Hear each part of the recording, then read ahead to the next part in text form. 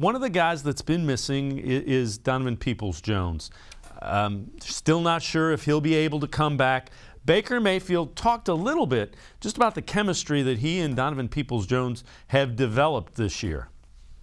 Obviously, we're a little depleted at the receiver position right now, but we're asking guys to step up and be role players when Donovan's down.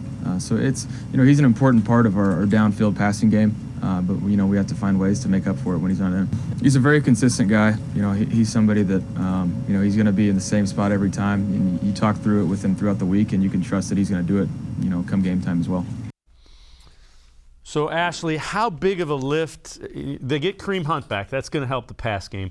If some way, and Kevin Stefanski doesn't have a real good picture of what Donovan Peoples-Jones or Anthony Schwartz will look like yet, how big of a lift would Donovan Peoples-Jones be?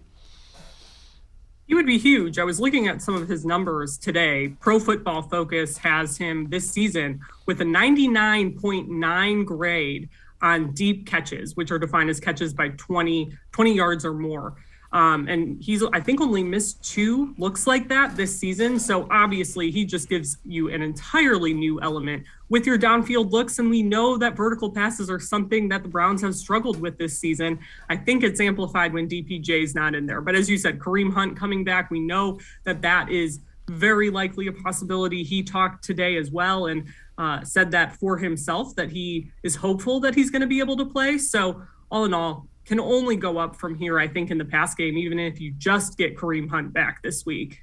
And the thing that really kind of got my attention is Baker Mayfield saying he's going to be in the same spot every time, and when you talk through it during the week, you're going to be on the same page. That's a pretty good indication that the quarterback has a lot of confidence in a receiver when he talks about him like that. Yeah, I think that these last 2 years with Baker and DPJ specifically, that they've just had this chemistry. I think it's because they're mentally wired the same quite a bit. Like Donovan Peoples-Jones was a guy who at one point in time thought he would have been a first-round draft pick when he was drafted and ended up falling all the way to round 6. He's done nothing but have to prove himself, even though he was a top prospect for a huge chunk of his life early in college, going into college, things like that. So I really think for whatever reason, sometimes this stuff is unexplainable, right? Like the same way we talked about Baker Mayfield and Odell Beckham Jr. not having that chemistry and not really having a for sure reason for why that was. I think it's, the same thing, just reversed with Baker Mayfield and DPJ.